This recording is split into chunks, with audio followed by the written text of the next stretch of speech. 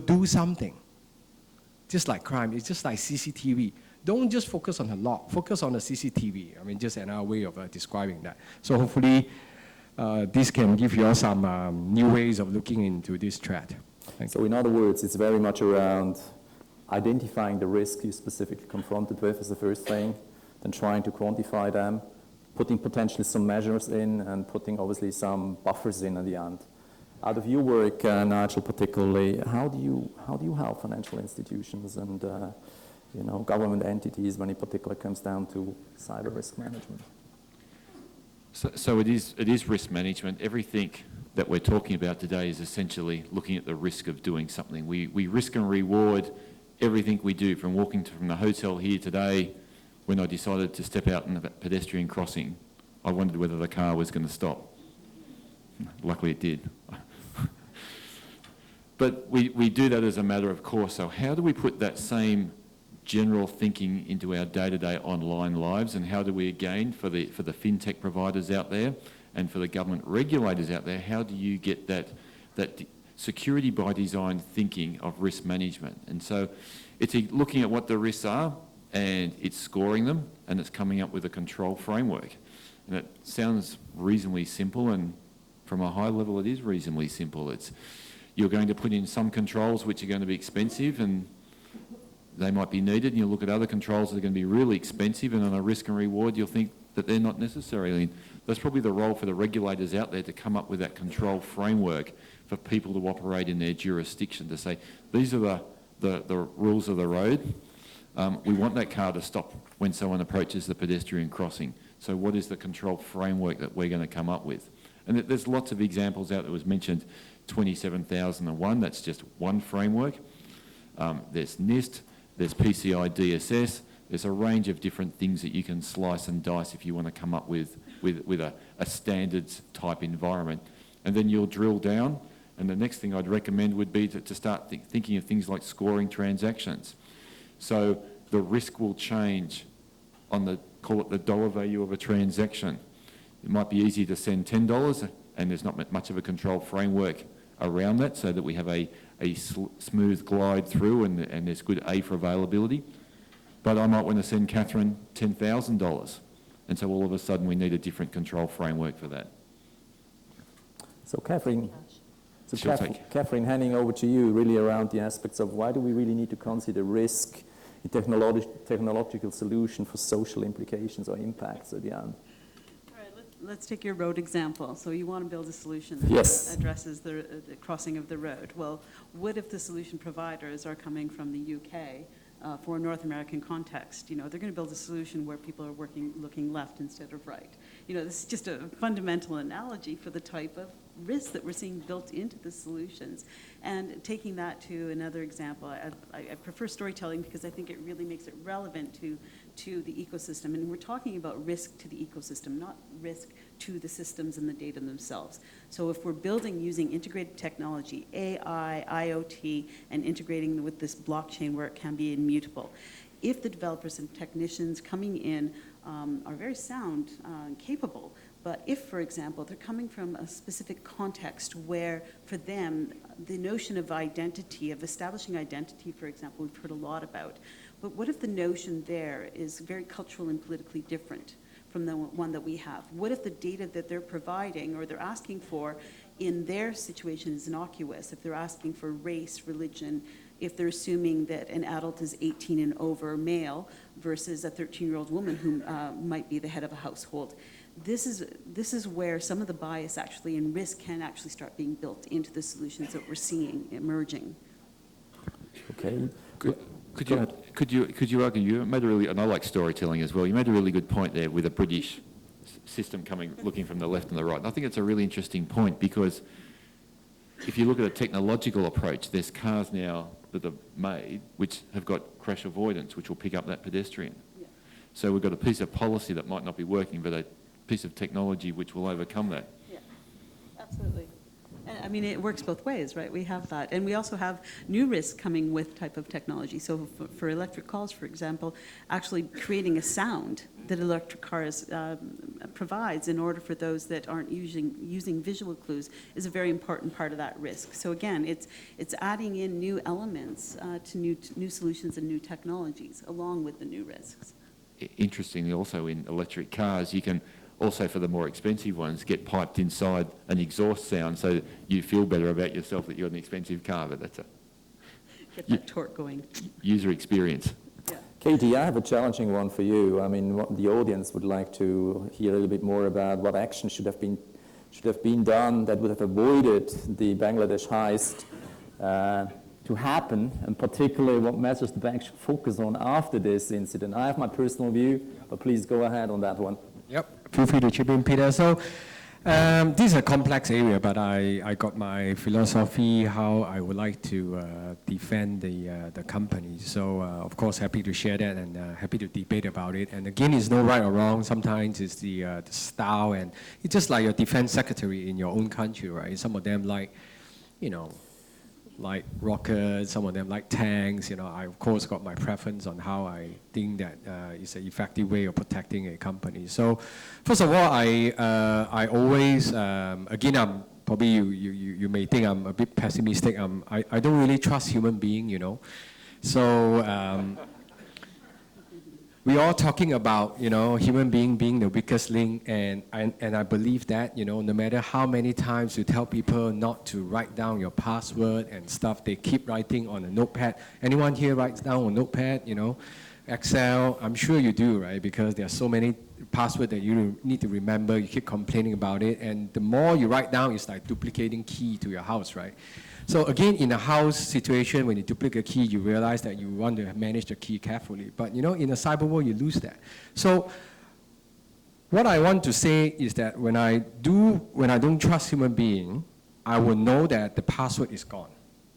So what I will do is that I'll introduce MFA, multi-factor authentication, like the bank token that the banks enforce in several countries. Because I know the first factor will be gone. Okay, so that's one of my suggestions, especially on some of the privileged access and important access. You need to, especially remote access, please do it. Actually I use MFA for all of my social media. Maybe I ask everyone a question. Anyone here has LinkedIn? Yeah? I'm sure, yeah, because you use that. So do you know LinkedIn got hacked twice? 2012 and 2016, okay? Your LinkedIn password is floating in the internet. I can show it to you later. Let me ask you, is your LinkedIn password same as your Gmail password? No?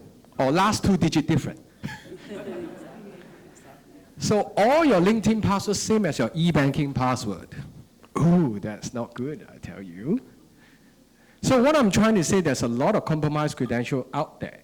And whenever there's a breach at Yahoo, at any, you probably, it doesn't care, it's not my problem. But actually there's implication. So what I'm trying to say, MFA is important because I know the first credential is not there. Second thing is that I love segmentation. Again, my ideal world of running a cybersecurity is like this. You come to work, you go through a metal detector like in the airport. Why? Because I want to make sure that there's no phone, nothing on you, that you go inside the environment, and the PC that you have to work has no internet connections. You stay in there, and you work on something very important. Develop a good IP, iPhone 15 or whatever that you are doing inside. And then you go through the metal detector when you come out. Of course, I will still allow you to mingle and get onto internet, social media. Then you log on to an RPC. Totally segmentized. What is important is not accessible from the internet. That's always my mind. But I never done that before, to be honest. The only case that we're able to do this sort of thing is on a very high-tech company, like say in China, we see Tencent, Huawei, Alibaba, these are, because they've got a lot of patents, so they're quite strict when it comes to segmentation. But in the commercial world, banks, I've never done that before. If I'd done that, I think no one would like to join the banks, and they think I'm weird, yeah. So Third is that, again, I don't like prevention because we know that we are managing a lot of issues that is outside our control. Focus on detection. Really focus on detection. And the whole thing about, just like I mentioned about the concept of cyberspace, that you cannot see it. But when you cannot see it, how can you make decisions? Just now Peter talking about stress tests. Human beings make decisions with facts, with visibility. So I encourage everyone to think about it. The visibility of this world is very powerful. The only way to solve the cybersecurity issue is to create visibility in that space. Who is coming? Coming from where? What are they doing? Is it coming from VPN? Is it coming from email? Is it coming from cloud? You know, yeah, so these are just a couple of, yeah. I think these are very important points. I mean, the other one, obviously, I think is always, I always like to throw in is the point around using open Wi-Fi. You know, if you're at airports, you know, very easily hotels, pretty much all the hotels around the world have been hacked. You know, how many of you are not using a VPN? Probably many at the end of the day when you go into a hotel. So VPNs is the easiest way, a virtual protection network. At least you have some protection in one way or the other. The other thing which Katie really stressed out was around the aspect of stress test your company based on your own needs, based on your own surroundings. Because making the analogy when you're in the army, I've been in the army, if your territory are the Swiss Alps, you're not training somebody actually in the Dubai desert, right? So you're training in the Swiss Alps. What I very often see in cybersecurity, however, is exactly the contrary. People are not trained on aspects which really matters to them at the end of the day. Now, putting the bridge back to some of the questions, and we obviously have the famous blockchain on it there, but what I'm even more interested in is obviously the specific aspects of crypto technology when it comes down to artificial intelligence, and whether artificial intelligence is a foe or is a friend in one way or the other, right? I may be leading over to Catherine. What's your view on, do you believe that artificial intelligence can assist in defending consumers, or is it or exacerbate cybersecurity threats overall? What's your view on that? Both. And I want to just quickly touch upon the blockchain question there, that everyone is talking about how blockchain is unhackable, but there have been a number of hacks. But it comes back down to human issues. So someone has lost their password, or it's been discovered, or it comes down to the user interface actually, and that is the vulnerable point of any blockchain or any system. Where AI can help with that type of incident is through different types of security openness, so the different types of entry points. So for example, we had in AIDS situations, you have the iris scan, artificial intelligence, and different sensors for carbon markets, for different types of data inputs, where it's not just about the security of the data and the type of data that's going in, making sure it's vetted and can be measured and is actually in accordance with specific regulatory bodies, but then actually the entry points and being able to access that data through other types of systems rather than just passwords and that type of interface. If you can have iris scans or facial recognition, but here again, the vulnerabilities there are some vulnerabilities we haven't discovered there. So we have a lot of racial bias built into AI techniques right now, gender bias, height bias, age bias. There are things that we can't foresee yet. Actually, sorry, I just want to add one point. Actually, I very agree on this. Like, just give one scenario like CCTV that I talk about, right? So we all have a guard, like 16 screens sitting down and looking at CCTV. After 5 minutes, do you think that's effective? The guard, right? Come on, it's not effective. So obviously the AI was introduced. It can detect, of course, someone walk past by, it can detect whether this is a bad guy, this is a crime, look at his face, look at his heartbeat. This could be good because this can be used to prevent or detect crime. But however, okay, all these photos has been taken. How are they going to use it? So every technology that we have today, like even though blockchain is decentralized, but ultimately is there to solve a trust issue if you think about it. But the trusting is very hard. Even though it's decentralized, it can be manipulated, what I'm trying to say, right? Because there is a consensus base. again, it goes back to how you want to influence the consensus. So what I'm trying to say, every technology that we see here today, it will solve certain problem. But to be honest, it will create another problem because of nature of human being. Let me briefly go back to Catherine and then to Nigel specifically. Catherine? I think on that you've actually hit on a really important point, and that again comes not just in terms of black hats and white hats. You know, they're not just good guys and bad guys in this. We're actually, especially in the social good space, because we think we're building technology for social good, we assume more neutrality in that without considering the vulnerabilities of what happens if that system or if that AI data is used elsewhere. For example, for the identity in refugee camps, what happens if that site is taken over by another organization or another government or another body, and they have access to that? Now they have even more information than they would have had specifically, including facial recognition, including religion, including culture and age and children and other social connections that have helped establish that identity in the first place. I'm not saying don't do it, I'm just saying we have to be very aware and build in the risk vetting into not only the data and the systems, but into the processes in building this innovation out. I think when you look at all the global hacks that have been out there, and there's been one or two, is if you look at all these organisations from the highest end of town to the lowest end of town, the first question I've always asked myself is, why do they collect that amount of data and why did they retain that amount of data? And I think when we look at a lot of the fintech proposals that are out there and the way that we're looking to collect data, is there's a lot of that data never needs to be collected, and it never needs to be retained post a transaction.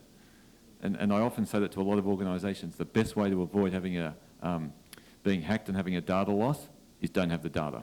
Absolutely, and I agree. I mean, one of the key solutions, we're seeing a lot of integrated solutions. So we're going to solve for identity, we're going to solve the energy crisis facing this community, and the banking solution. So we're going to offer women the solar panels and then identity along with that, but how much of that is actually necessary? And these systems are very good and very viable, but they've gone through the vetting process to ensure that this type of vulnerability doesn't happen. Let me get back again to a couple of the questions which are risen by the audience. Before doing so, maybe to summarize, particularly related to artificial intelligence, the fundamental aspect is where I see a lot of impact potentially is when it comes down to breaches, you know, real-time response at the end. The question, however, is always whether AI will then be used friendly or non-friendly, you know, as a for or non-for, as we will talk later about kinetic wars particularly. Now, bridging into the questions, and one I think is fundamental, often everybody is asked in general about cloud solutions. And as we all know, there are always two ways, right? One is we're looking at OpEx, bringing OpEx down, and the other one is looking at potentially risk management. Now, what are your views particularly on cloud in itself? Maybe Nigel. When we've seen very recently attacks on the clouds, you know, we're looking into AWS, we're looking into Google at the end of the day. What's your view on cloud safety? So my view is I'm a cloud-first person. Holistically, I think when you go to a competent cloud provider, and I'll call out the two big ones being Azure and AWS, the things that you can do with them, the ability, the tools they give you, most regular in-house data centers, you can't afford it. You know, so you are going from a capex to an opex, and for a lot of businesses, they like that. But the reality is you can store data. Most times, it doesn't matter where the jurisdiction is, but it comes back to risk management. If you're an organisation or if you're a regulator and you think that data that's being stored is so vital, so key that you can't afford to go offshore, then the logical extension to that will be the physical and logical security you're going to put around that will just be so prohibitively expensive, I'll guarantee you'll go back to the cloud provider because they can provide safety. And to a large extent, you don't need to matter. It doesn't matter where that data, in which jurisdictions is held. If it's encrypted, you just need to start thinking about the level of encryption, you know, where the keys are. You can have keys on-prem. You can have keys in another cloud instance. The world is but your oyster when it comes to that. So I'm a total pro with it, and I think it opens up a lot of opportunities for organisations. But it's risk management. Katie or Catherine, any thoughts on that? For our blockchain solutions, we've always hosted the data on the cloud because they're not truly, they're not fully decentralized. It's decentralized small systems and consortium builds, so the data has to be hosted somewhere. Probably agree with that, Katie, no? Yeah, definitely. So I'm also agree, and I'm a big fan of cloud, and I think virtualization solve a lot of problem where in the past we can't solve. Obviously, with the amount of data, of course, I think everyone's hungry for data because they want to deep learn, they want to train a better AI, and fundamentally, you need a compute and storage to support that, right? So see, cloud is there to do that. So, but of course, it, like you mentioned, it comes with a downside also. I mean, in the past, in the on-premise, if you make a mistake, it's okay, you'll be a firewall. It's not that okay, but it's still okay. But in the cloud, you make a mistake, you are dead because you're exposed. Infrastructure as a code, obviously, streamlines a lot of things, make things more efficient. But again, anyone who had a bit of a bad night, or went out party, the next day was tired, and just one mistake on the code, you just expose the whole system. So it does come with a bad angle. But again, I love cloud because it provides a lot of speed. To me, in cybersecurity, speed is important. React quick, see fast, and then react, right? Virtualize it, block the IP, instant detections. You want to manage your environment like this, not like, oh, you tell me this, can you ring me, can you email me? No, that's too slow. But one thing I would like to, I think it's a challenge that I think we all cannot avoid now as a human being again, right? So if you look at the cloud providers and stuff like that, everyone wants to go to digital space, right? Like World War III, World War IV, it's all going to be there. The control over the connectivity or who dominates the cyberspace, I think will be the strength of the future. So to me, sometimes this is about national security and political issue that you need to think about when you choose the cloud provider. Nothing to do with cybersecurity, but it's more like the political angle. Yeah. Well, I think the non-kinetic war, so-called non-kinetic war, obviously is going on around the world. It's, as we know, you can't say it's one nation or the other. It's everybody at the end of the day to a certain degree. But we're not going to enter this discussion right now. Let's not do that. Let's come back on something which you mentioned, Katie, before around the aspect of passwords. One of the questions here up is, what is the recommended tool to record passwords if Notepad is a bad option? I'm sure you have your ideas, and Nigel has, I have mine. Let's talk briefly about that. Yeah, so password is one of the ways to authenticate yourself into cyberspace. So it's what we call something that you know. Something that you know is supposed to be something that you know, right? If you write it down, then something everyone knows. And you write it down somewhere and you give it to a lot of other people, like your secretary or your friends, then of course you just duplicate something that you know everywhere.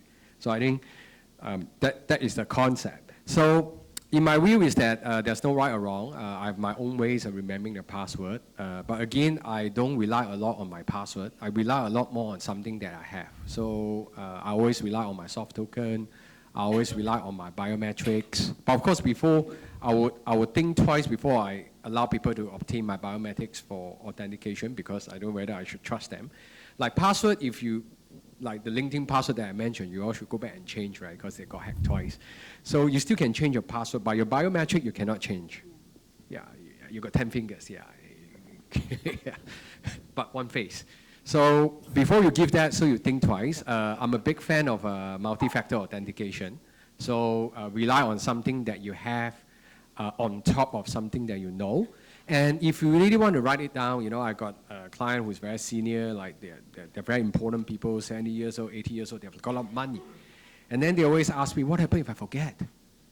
My age is catching up, Katie, I'm not like you, and I don't trust my other people. What should I do? Then I just say, write it down, make it offline.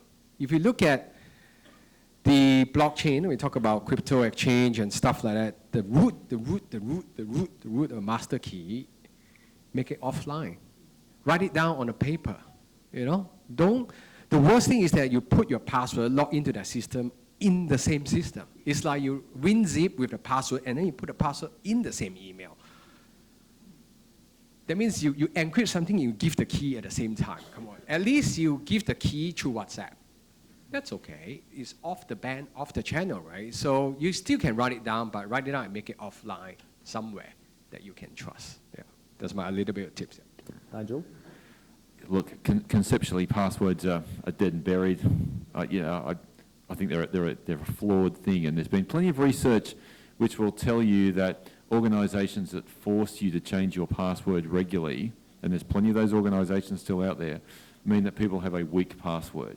So I'm a believer that you have a passphrase, you have it long and you have it strong, and you only ever change it if you think it's been compromised. Of course, there's password vault systems that can sit on your smart device, and they're not a bad idea either, but think of a particularly difficult passphrase. Let's come back to the financial services industry overall, and potentially around financial services resilience, particularly following a cyber attack, right? And obviously regulators have a role to play. What do you guys think, is the most important thing a regulator, central bank should do actually to increase financial systems resilience in this particular way? As I indicated, I strongly believe we could have a major attack. That major attack will hit financial services industry. What can regulators do to help, financial institutions at the end of the day to be better protected at the end? I think we need to be careful with our words. So I don't like using the word. Don't like that word either. So I think a regulator can start talking to amongst their regulated organisations about being resilient. And this is where their framework will come into it, and their maturity model will come into it. So as we discussed before, if I wanted to send Catherine a small amount of money, it's an easier pass than a larger amount of money. So we want to really enable the fintech startups. We want to enable all the cool and funky ideas. But if they just want to work in a smaller, lower volume amount, then maybe their control framework is a little bit less. The result will be that if they do get hacked,